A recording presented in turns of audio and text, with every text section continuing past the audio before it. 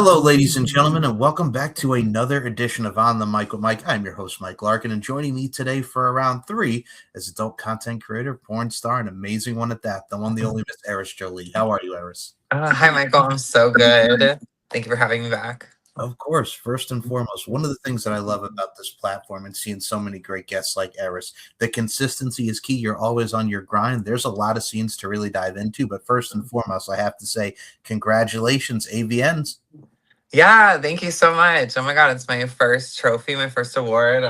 I've got her here in the background. She's making a cameo. It was awesome.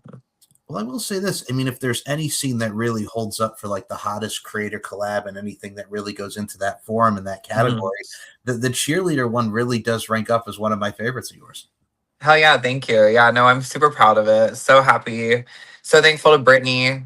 She was like an icon and like someone I looked up to coming into the industry, a huge inspiration for me. And to get to win my first award with her and like her facilitating it and kind of being a fairy godmother, a fairy porn mother, like in a way, and helping me achieve that. It was just like a dream come true. And like Brittany's just so awesome and so amazing. I adore her and I'm so like happy and proud to call her one of my close friends.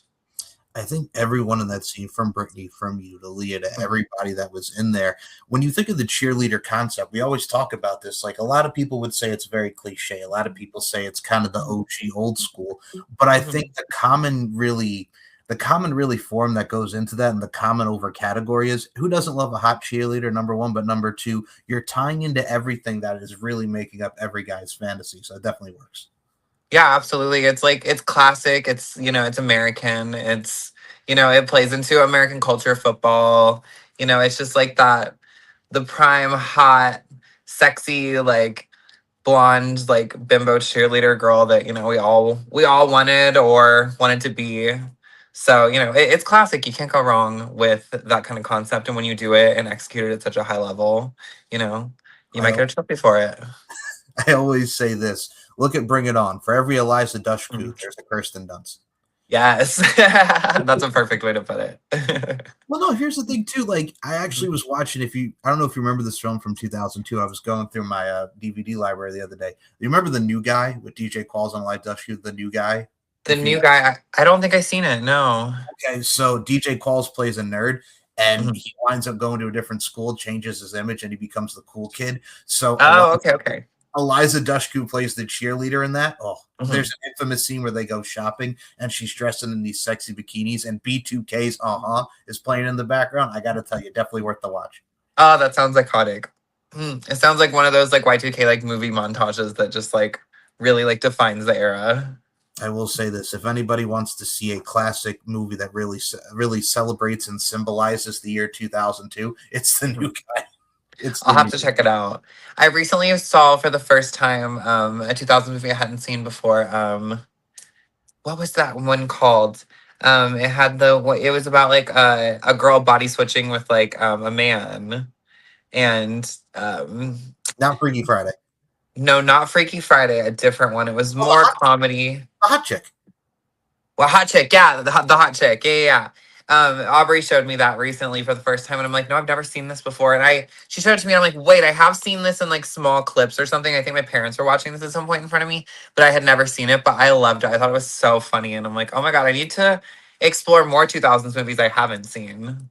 Classic Rob Schneider, Anna Faris, friggin' Mhm. everybody in that movie was just Rachel McAdams. Oh, great Oh stuff. my god, and they wore such cute outfits in that movie. They had like like and I was reading up on it too and like the wardrobe department for that movie, they pulled so many things from like the children's department because they were going for that like very fun flirty like 2000s like teen girl feel. So they had these like little cute itty bitty like tops with like characters on them and stuff and like there's some like iconic looks from that movie that I like am hunting for right now. I think the whole thing, besides also, first of all, Rachel McAdams and all of them look fantastic. I think what cracks me up always is like there's that brief scene with Tia and Tamara Mari and Ling Ling, you forgot your bling bling. Like, Oh my god, I loved that whole like it was so 2000s the whole storyline with the mom. And then at the end how she like embraced her mom. I was like, yeah, I was like I wouldn't care if like I had a mom who was trying to act like a hood rat. Like I would love it. Like if she's supportive, I'm like That's the Embrace your hood rat mothers, everyone. Yes, the friggin' iconic scene where you're not ashamed of me, you're ashamed of yourself. Tell Lulu, easy on the chronic. Bow down. The friggin' lowrider going up. It's a classic. It is. Oh my god, so fantastic! Such an amazing movie. You know who played her boyfriend in that movie, right? Who did play her boyfriend in that movie? Matthew Lawrence from Boy Meets World, Jack Hunter. Oh shit! Okay, yeah. No, it was him. I really didn't recognize it as him, but you say that, and I'm like, oh, you're right. It's funny. I didn't really put it together as him. And the other Yeah. one, the other cameo that's funny is the one who plays Anna Faris's boyfriend, Eric Christian Olsen. He was in, I don't know if you remember the kind of like sequel, but not really, Dumb and Dumber When Harry Met Lloyd. He's the one who played Lloyd in that movie. Yeah, I don't think I ever seen that one. If it was too male centered, I like didn't pay that much attention to it. It was weird. If my parents didn't put it on and it had a boy as like the main focus of the movie, it was hard for me to look into. But I'll have to look into that one too. Harry Meets Lloyd. Yeah, Dumb and Dumber When Harry Met Lloyd. Yep. Oh, okay. It's like the sequel to Dumb and Dumber. Kind of, sort of, but it's with different class. It's like kind of like the origin story, not really a sequel, but like origins type of vibes. It's kind of funny. It's Okay. Yeah, but that's what the 2000s gave us. And I mean, the hot chick definitely ranks up there. Bring It On's, the new guys. I think that time period, a lot of people still resonate the nostalgia. And I actually said this to you because you and I are both are very for the subtleties of the styles and aesthetics. Yeah. As soon as I saw you on that red carpet looking as only as you can look, Miss Eris Jolie, you gave me Christina Aguilera 2000s vibes from the BMA's Britney Spears. Talk about the inspiration for this because this was fantastic. Thank you so much. Yeah. I loved that look. It was so fun. It was really just that. Honestly, I was struggling to find something because I kind of just waited a little too long. And I'm all about like getting something custom or getting something very specific when I want something. I'm a creative and a visionary. So when I picture something, I want it exactly how I think it. So I really kind of had to bite the bullet and go looking for something that was just kind of more off the rack and like something that I just had to kind of take because I waited too long. And me and Aubrey went to the dress shop here at one of the malls. It was like a store that sells like formal dresses. And I found that print, and that print made me think of like broho like style, like very like black streaks in the hair. Like that's what that like fabric and that print gave me. But I was like, it needs to be a two-piece though. If I'm gonna wear it and it's gonna like fit my aesthetic, it needs to be slutty, it needs to be a two-piece. So I got a seamstress to like chop it in two for me, show all the torso that I could. And of course, like I had to top it off with some fun black streaks and Nikki B, my like hair girl, who is so great and just like turns anything out for me. Like last minute, just like twisted and put the chopsticks in this like very elaborate like half updo that just made it all work so well. And you definitely rocked the look, and shout out to Nikki B because she definitely rocked your style very, very nicely here. Yeah. I gotta say this to you, Eris. You know what it also kind of reminds me of? And we'll go back to the Christina front here. It was very reminiscent, but minus the white. It's like Christina Aguilera and the come on over, baby. Music. Yeah. It was very, very 90s, very like late 90s, early 2000s, but like it definitely did lean into the 90s there. I think you have to also be keen to the fact, like a lot of people don't even realize, and I mean, we touch upon this now, and it's crazy to think the newer generation, they mostly know Christina and Britney for like the later songs, but when Genie in a Bottle came out, Baby One More Time came out, their prime albums right there really set the tone for what that whole female girl pop was in the 90s. Yeah, absolutely. It really did. It like defined, like especially Britney and Christina, they were like the two like front, like they were front of the movement. They defined like the whole generation of like pop music and how so many girls were gonna get pop careers. Like I'm sorry to the, Jessica Simpsons and the Hillary Duffs. Like if Britney and Christina didn't like lay the format, you wouldn't have had careers. Like yeah, like Hillary was an actress, but for sure them trying to like mold her into this like pop star, it was just they were trying to make her Britney. And same with Jessica. They were just trying to make her Britney. And they've got their hits and I like their stuff too, but like you can't take away like the groundwork that was laid. Like they're the OGs. I appreciate you so much for saying this, and I'll explain why, because you definitely hit the nail on the head. Like, I remember getting Jessica Simpson's first album, Sweet Kisses, and don't get me wrong, I Want to Love You Forever. Boy, I think that I'm in love with you, and Where You Are with Nick Lachey at the time.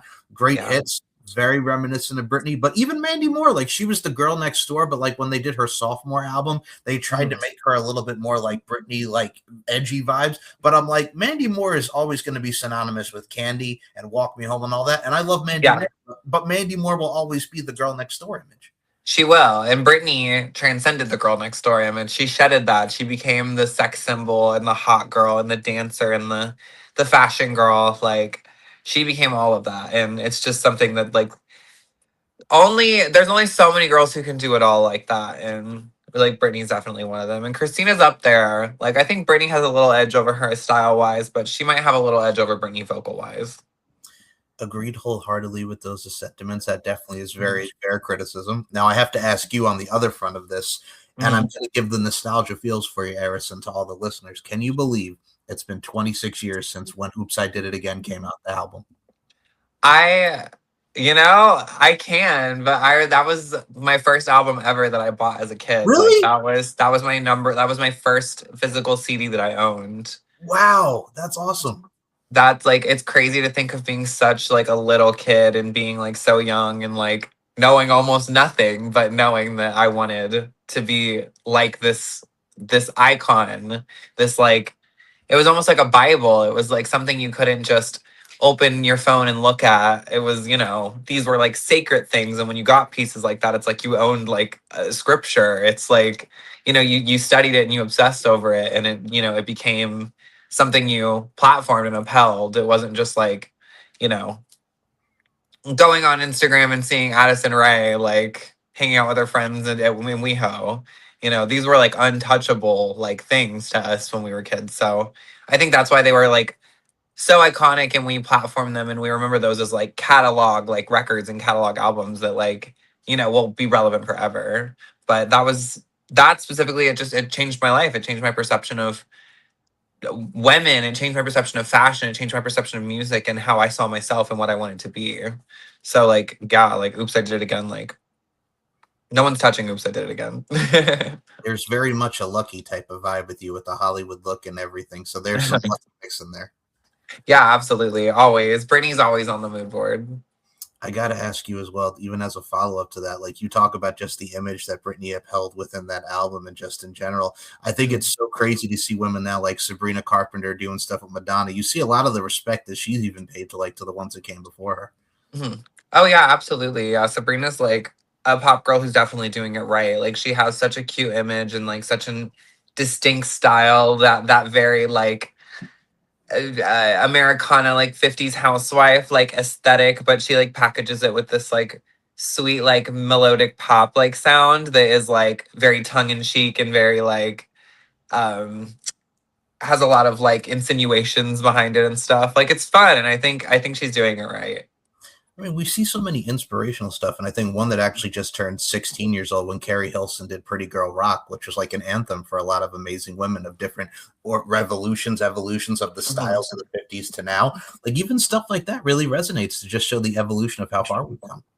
Yeah, absolutely. It's really cool to like break down and like study like pop music and like mainstream music for what it is and not just like it's cornerstones of culture and you can like just see the way that like we've evolved as people like through things like pop music and I hate when people write it off as just what's on the radio or what's popular or just like, you know, fast come and go stuff and I'm like maybe some stuff that's produced nowadays is like that, but like pop music like defined like huge parts of our culture for like so long and so many years and I think that should be studied. That should be like a class. We need to like make like a university class about like pop music and its influence on our culture. Eris, Jolie, this is why we are friends, my love. I mean, I look at it from a stance like this.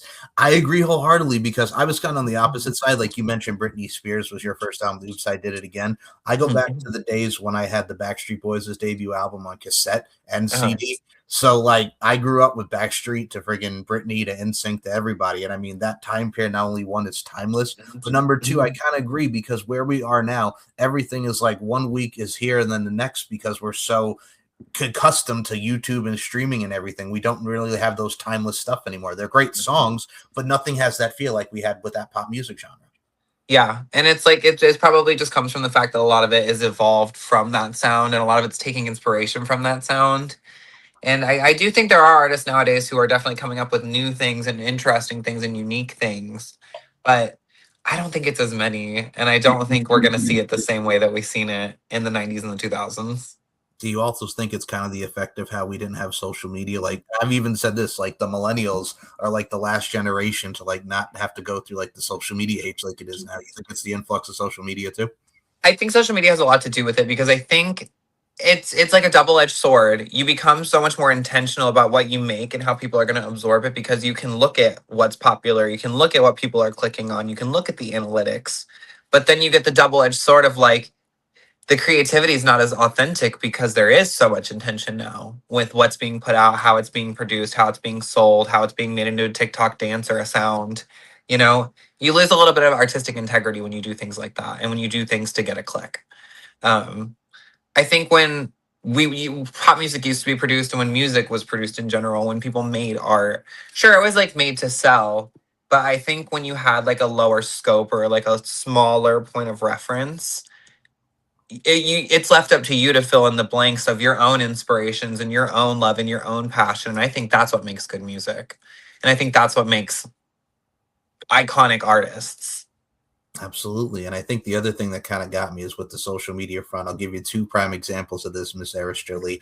I Mhm. remember seeing on TikTok, like, look, everybody talks about, I'll be missing you and everything with Diddy and Notorious B.I.G. and Faith. But I'm like, when these kids are doing like dance stuff to that song, first of all, that's not a happy song, number one. And number two, No. it's a great song, but you don't do a dance thing to it. And the other one was Earth, Wind, and Fire, the great Earth, Wind, and Fire, Let's Groove. Like, I knew that song before TikTok. And number two, it's not a song to be made into a dance trend. This is Earth, Wind, and Fire we're talking about. Right. Like that's an iconic like vibe track. Like we're not doing like all like that shit to that. Yeah. And it's like I think the decorum and like the couth to understand the difference between those things too is kind of lost on this generation. And it's and unfortunately just become everything is content, everything's a click, everything is a dance, everything is everything and it holds no importance. I think, Unfortunately. I man, hate to sound so pessimistic about it because there's so many great things that come from the way that we now connect on social media and the way that we learn and exchange information. But I would like to see some of like the previous like I don't know, like magic come yeah, back to like media and art and the way that we put things out into the world because it's I think it has unfortunately lost its magic a little bit. not pessimistic at all and I laugh just because I feel you wholeheartedly. It touches my soul here because I think we've lost a lot of the meaning and the magic in this stuff. Everything is just like the clickbait. And the other thing I'll mention too is before we get back to your scenes here, I think the last thing I'll say about pop culture because we could be on a rant for this like all show, but We could go. We could just go. absolutely good.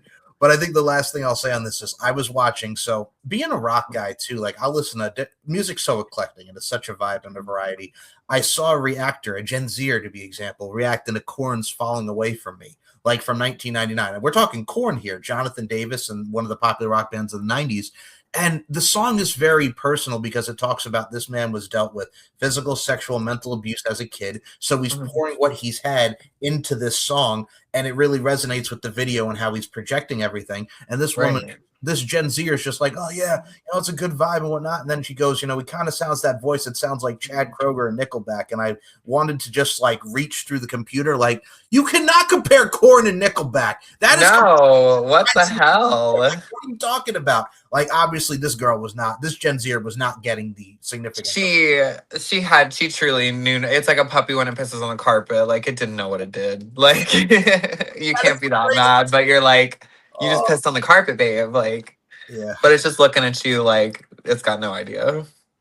that literally is the perfect analogy for that. Thank you for that imagery. But yeah, no, it's so true. I'm like, Gen Zers, and I'm sorry, if you're not there, you wouldn't understand it. That's all I'm No, unfortunately not.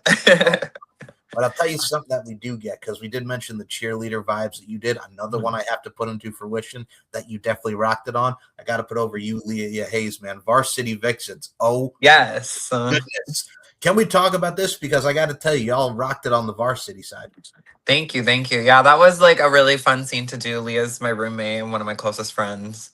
and we get along so well, and we vibe so well it's just easy on camera with her. Like we have inside jokes and just like we flow so naturally and in general.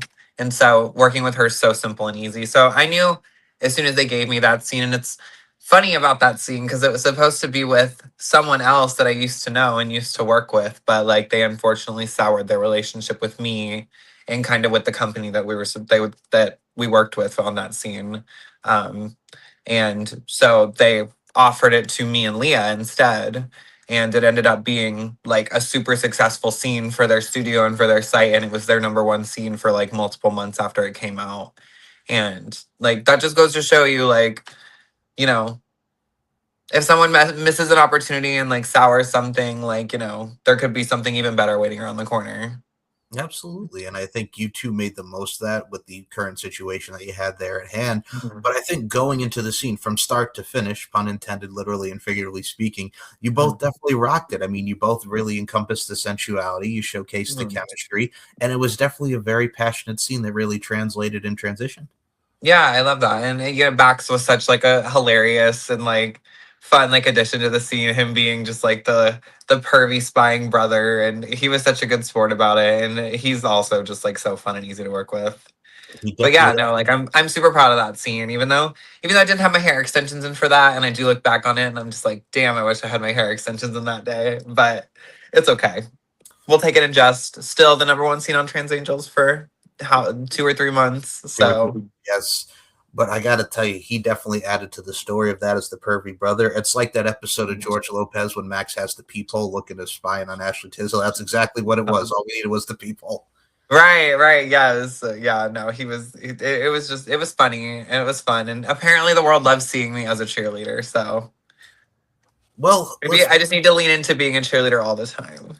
let's be honest with ourselves here. You are definitely the antithesis of cheerleader meets Legally Blonde, and that is the utmost compliment there. I Because we're love that. Yeah. and it also is kind of like this. I'll put another one into your world here. I don't know if you've ever seen Cruel Intentions, but you would be Sarah Michelle Gellar, minus just going after everybody and making everybody's life hell. You have that Yeah. seductress type of vibe. So think of like Cruel Intentions. Thank you. I know I love Cruel Intentions. That was one of my favorite movies as a teenager. I Right? found it through the band Placebo. That Yeah. did that. They did the cover of "Running Up That Hill" for Cruel Intentions. Um, that was the song that they did for it, right? Yeah. It doesn't hurt me. Yes. Yep. Yes, they did that song for it, and I was really into the band Placebo as a teenager. Like they were my favorite band for like a couple years. And I found the movie through that and I watched it and I was like, damn, this is so good. And I found out how like iconic it was and like what like a cultural staple like in story and film it was. But yeah, I love Cruel Intentions. But yeah, no, I would not be an evil horrid bitch. I'm very much not that, especially when it comes to like relationships and people and stuff. I'm very kind. Hey, they won an award for Best Kiss at the MTV Movie Awards in 2000 for that scene. Very Oh, I passionate. love that. Mm-hmm. One of the class, and they actually kind of did that. They gave a little peck at the MTV VMAs. I have to find it. It's actually a very iconic kiss that they did. It's Oh, I very, love that. yeah. We love an on so I love an on stage like homage moment, like or just anything like that. Like honestly, I wish at AVM I could have like accepted like our award on stage, but it Yeah. was just one of the categories that they just like did in like the little rolling thing at the end. I think only the two trans categories like go on stage. Hey, if you wanted to, with all of y'all there, y'all could have recreated Britney, Madonna, and Christina at the 2003 VMAs. Even boom. God, I would have died for that. Oh my God. Too bad Aubrey wasn't in the scene too because she was in a wedding dress that night. Well, I will say this about you and Audrey because that's another one who I love to that. Shout out to Audrey Kate. Let's put this into the forefront.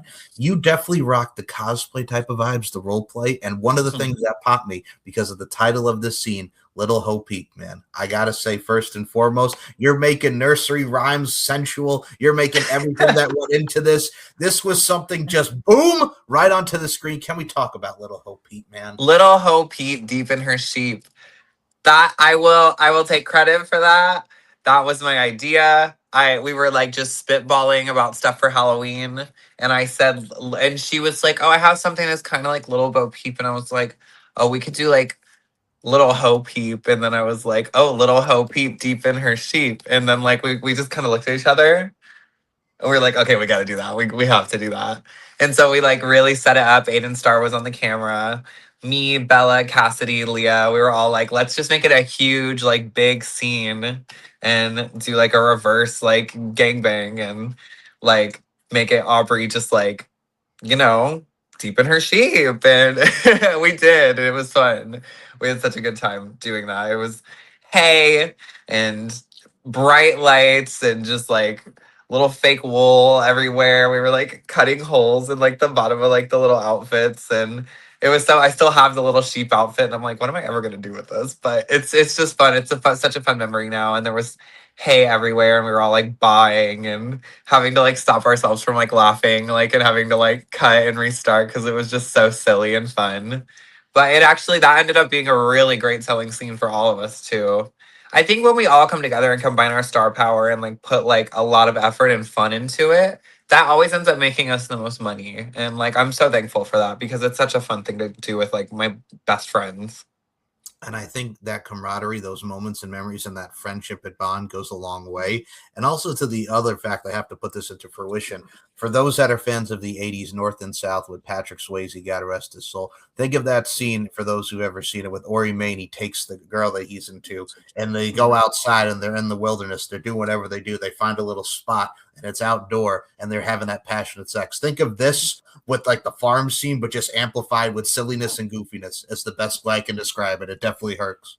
Yeah, it was just too much fun, such a great memory, and like a great selling scene, and like something that I can take a lot of creative direction credit for. I spearheaded like that idea. I did all the editing on the trailer, and I made like the cool like cover shot for us. Like I put a lot of effort into that because it's something that came from my heart and my mind, and I was passionate about it. So I'm really happy with the way that scene came out, and I hope next year, since next year it'll be um eligible for like award season. I hope that that is looked at as something that could like go up for like some avian awards or some T awards because it came out too late in the year last year to be eligible for this year.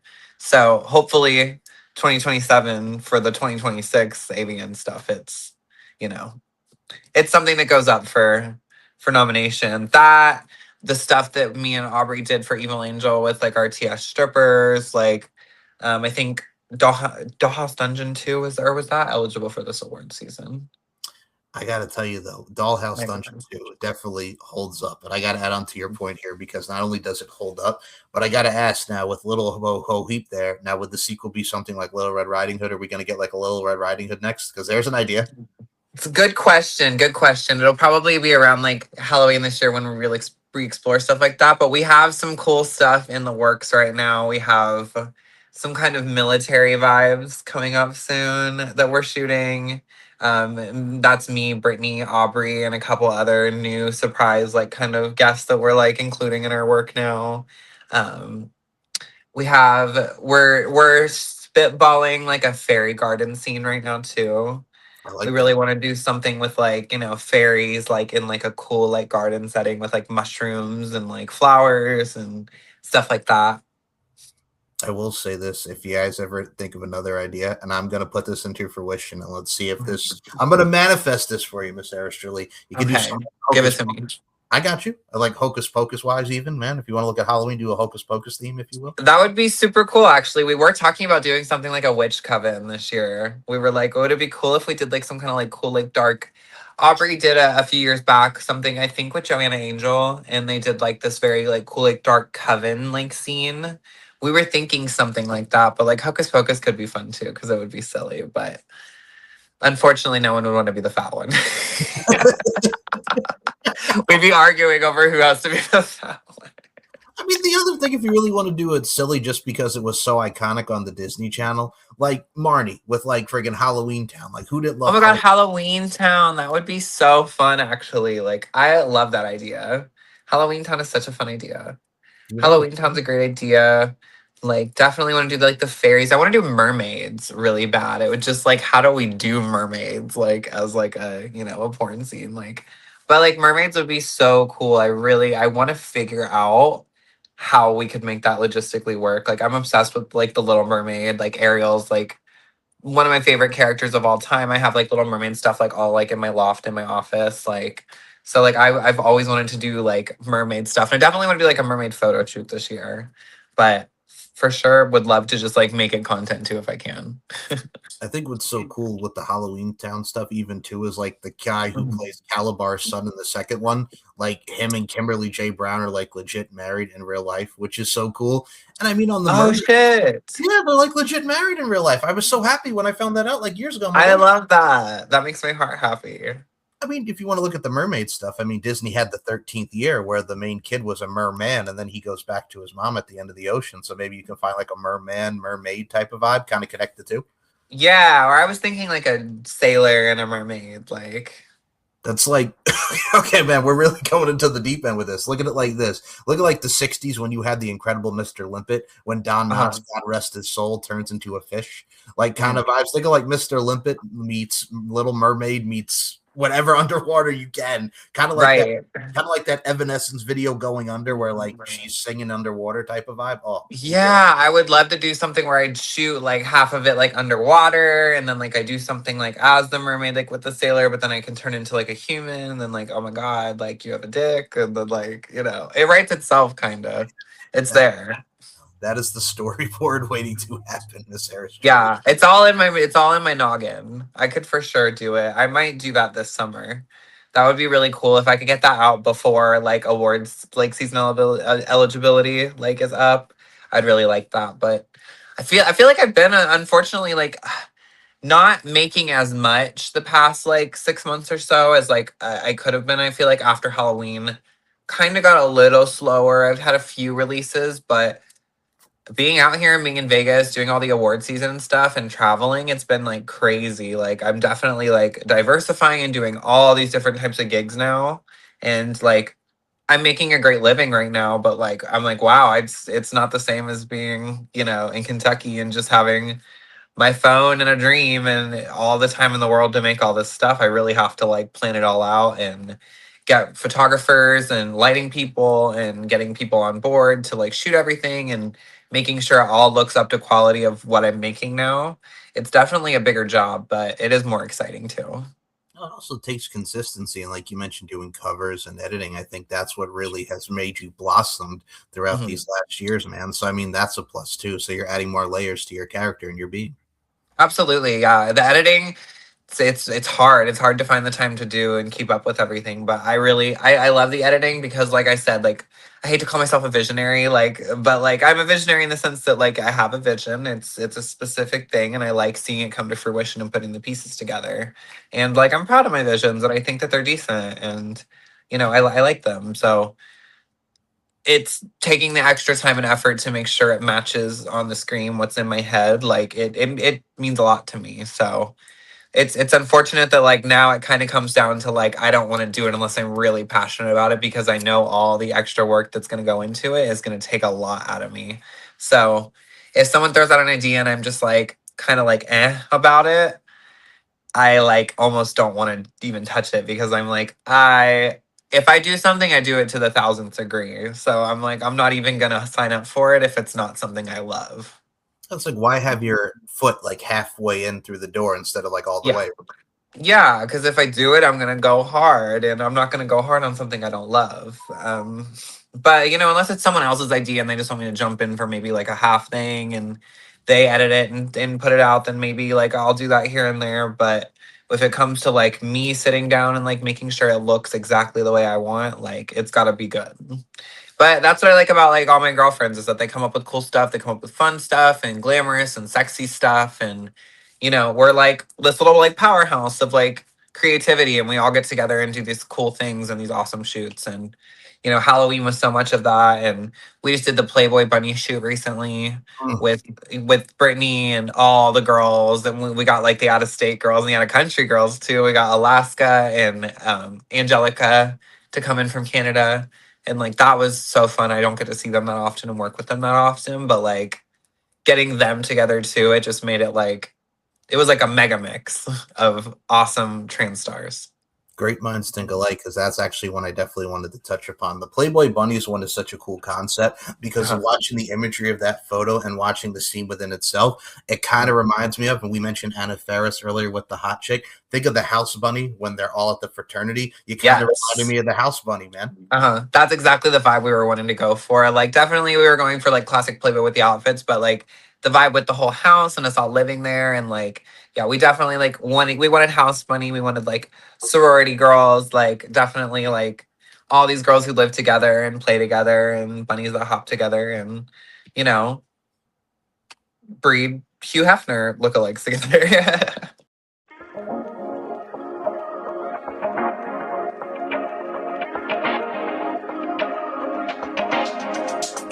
Come talk to me.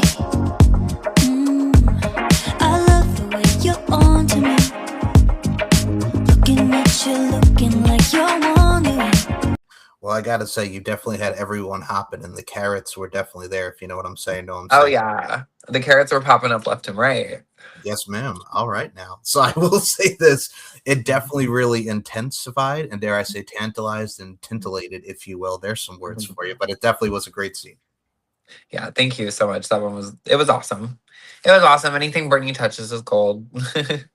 We have a lot of great people in this industry, ladies and gentlemen, including this one. And this one I have to bring up because we mentioned the Legally Blonde type vibes. I think this one, when I saw this scene, it definitely gave me some Simple Life, Paris Hilton, Nicole Richie vibes. Let's talk Mm. about you and Dasha Dame, Bimbo Summit, man. Perfect mission.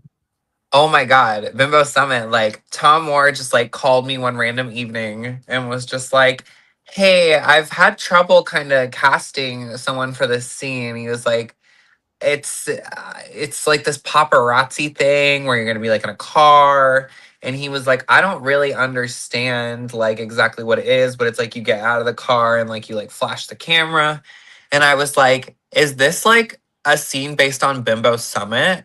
And he was like, that's what it's called. He was like, what is that? He was like, what is Bimbo Summit? Like, he was like, why is it called that? Because it's like this scene that like the company shopped and like came up with and sent to him, and it was his job to bring it to life. But he was kind of like not 100% sure on like the direction. But when he called and was telling me about it, I was like, oh, no, no, no. I was like, you called the right person. I was like, let me tell you what Bimbo Summit is. And I kind of gave him the rundown, and he was like, oh, this is like perfect for you. And I'm like, no, I know exactly what this is. This is my whole thing. I love all of this stuff. Exactly this. I was like, I'm so like, I couldn't be more down. Like, I want this. Yes.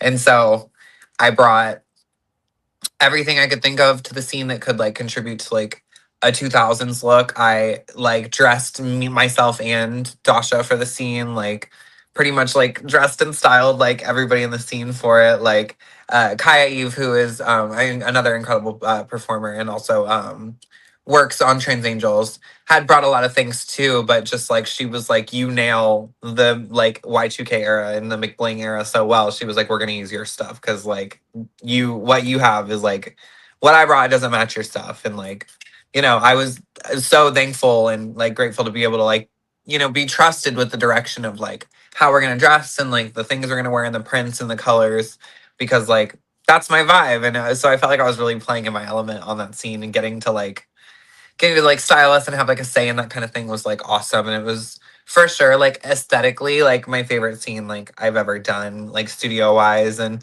getting like that whole like sequence of us like coming out of the restaurant and like the paparazzi like shooting us and stuff. Like that was like a dream come true. I was like beaming that day. I was so happy. Check this out.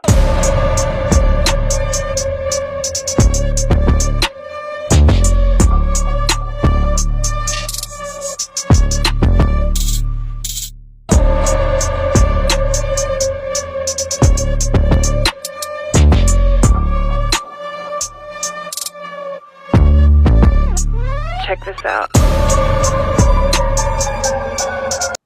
You two definitely rocked it on scene. Every aesthetic went into it. I got to tell you, I felt like I was watching mid 2000s, like paparazzi. Like, here's Lindsay Lohan over here, unfortunately, having a wardrobe malfunction or this and that. Right. Oh my Like, god, and getting to recreate like Britney yes, Spears' like iconic like like crotch flash moment like of getting out of the car. Like that was so cool. Like it was just like a pinnacle like scene. Like so like soon in my career, getting to do like such a cool scene that I was so excited for was like awesome. I couldn't have asked for more. So like, thank you, Trans Angels. Thank you, Tom Moore, for giving me that opportunity, and like, thank you, Kaya, for like trusting like my direction with like the clothes and the styling, and like everybody on that set was so cool and just like made it look exactly the way like I wanted, they wanted, and so like very happy with that. Like, shout out to Dasha for being like fun and easy to work with.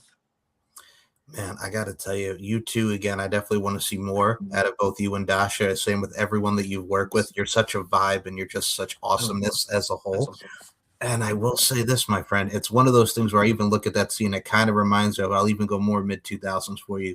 When VH1 had Best Week Ever and you had your Entertainment Tonights, it's literally something off this week on Best Week Ever, Eris Jolie. Yeah. Exactly. It's what it felt like. Yeah, that's exactly like I think what they were going for. They wanted it to look like old school, like paparazzi, like footage, and like even like the like reel that they made for like the social media promotion stuff of us. It was so cool. I felt like such a star, like seeing that. I was like, oh, look at me, that's me. Like definitely like one of those moments, like of feeling like I'm getting to live out like things I wanted to do when I was a kid, and like the people I wanted to be and the places I wanted to go. So just grateful for it and happy for it. The sky's the limit and the journey is worth taking. You could play, Tinkerbell, Fairy Godmother, anything, man. You definitely rock the house and everything that you do, and I can't wait to see what's next for you. Thank you. There's definitely there's more. There's next, and like I'm excited to do it, and I mean I'm excited to lean into my creativity even more this year and see what else I can think of and what else I can make happen and how good I can make it look. Hey, now I want to see a mermaid scene after that mermaid, merman, everything. I think we put something into the universe. I think we did. I'm definitely feeling a little fishy. So hey, I like your style, my friend. And I will say this before we do close this out, I'd love to have you back. You're always a blast to talk to. You definitely make me smile. I appreciate your time as always. of course, thank you so much, Michael. I'm excited to be back, and hopefully I'll come back with some more trophies and some more stories to share. I definitely know you will with how your rise is definitely going. Now, I have to ask this couple final questions. Always love asking this question because with you, we touched upon advice that you would give in the past, but for you, I definitely want to ask this. Thus far within your tenure in the adult entertainment industry, and it could be also life in itself, what are some of the things that you're grateful for?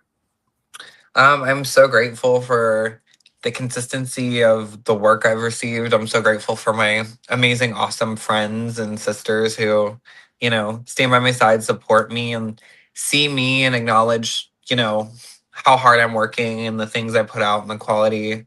I'm grateful for my family back home who like supports me so much and who like, allows me to like spoil them and get to do nice things for them now that I can. I'm thankful for my dog, Duchess. She grounds me so much and keeps me responsible and happy and smiling. And she's just like a light in my life. And I guess I'm grateful for the serotonin in my brain that naturally produces and keeps me feeling good and positive. And even through the stress of everything I have to do, like, I believe that dreams come true and, there's always a reason to keep pushing. Beautifully and eloquently said, and your existence is definitely worth more than you know, and we appreciate your existence and your love. Another thing I have to mention to you really quickly, since you mentioned your dog, I got to send the image, and I'll probably post in this portion of the show. So there was a pro wrestler back in the day named Tori Wilson. She was in WCW, WWE. Tori Wilson, I'm aware, yes. Okay, so do you remember when she used to come out with her dog? Like, yes, oh my God, yes. That's the image I got to put out there. Every time I see you with the dog, it reminds me of a Tori Wilson mid-2000s. Oh my God, I love that so much. I'm definitely going to have to get a refresh on Tori Wilson and her dog. Does she have a corgi? I forgot what the dog was, but I just remember her coming out with the dog. This is like 2006, 2007, so it's like 20 years ago. I love that. Yeah, no, me and Duchess are like always together. Anywhere that I can take her, I take her. I think Tori Wilson even did like an interview like years ago. You saw the dog just sitting next to her and all around. I have to find it. I'll definitely share it with you. Oh, I love that. Duchess, I think she's outside playing right now, or she would absolutely be here. Well, shout out to Duchess and shout out to all the dog lovers and the animal lovers out there. And I will say this, Eris Jolie, before we close this out, you are definitely a dynamo on social media. Where can we follow you? You can follow me on Instagram at TS Eris Jolie, RIP to my old Eris Jolie account. You can follow me on X at just Eris Jolie. You could also find me on Twitch at Eris Jolie. I'm going to start being a streamer on Twitch soon, but I'll be like announcing and kind of touching on all that soon on my socials. Well, links will be in the description for all the amazing work that Eris Jolie does, and we cannot wait to see more. And as I always say, folks, life is an art form. We're all applying our crafts. Continue to apply your craft in amazing fashion and continue to paint your canvas, Miss Eris Jolie, as only as you can do. And if you want to check out this interview and more, go to S&M Network Shows. And Eris, do you have any final words to the peeps, to your fans, to the people?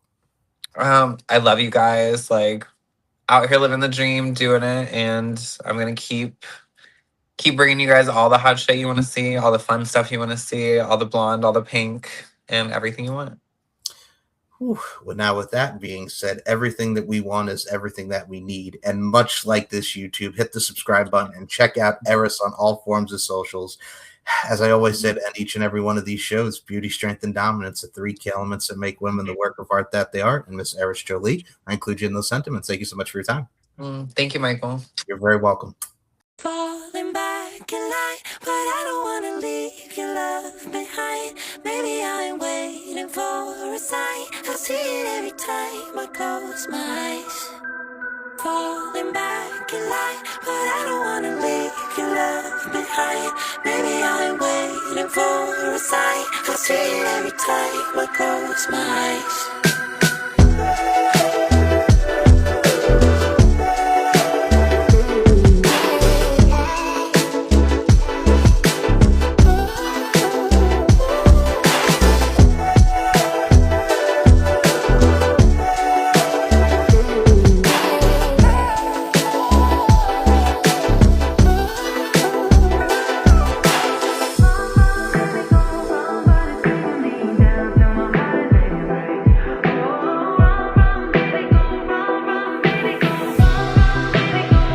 Check this out.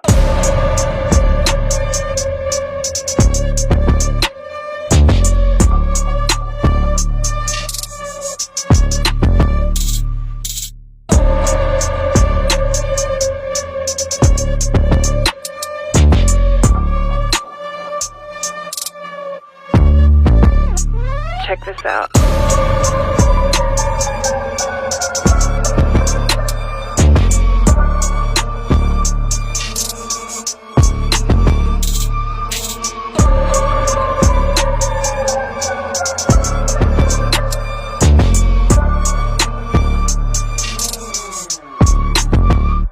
Check this out.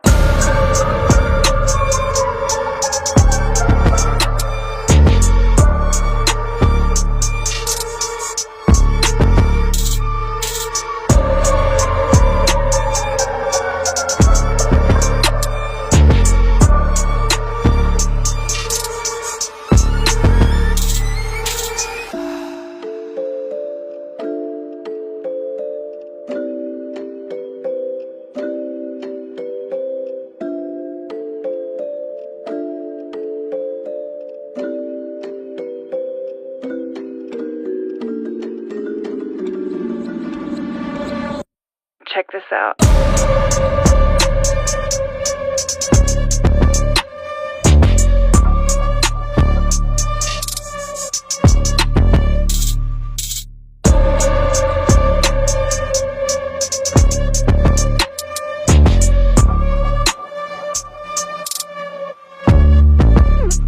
Check this out.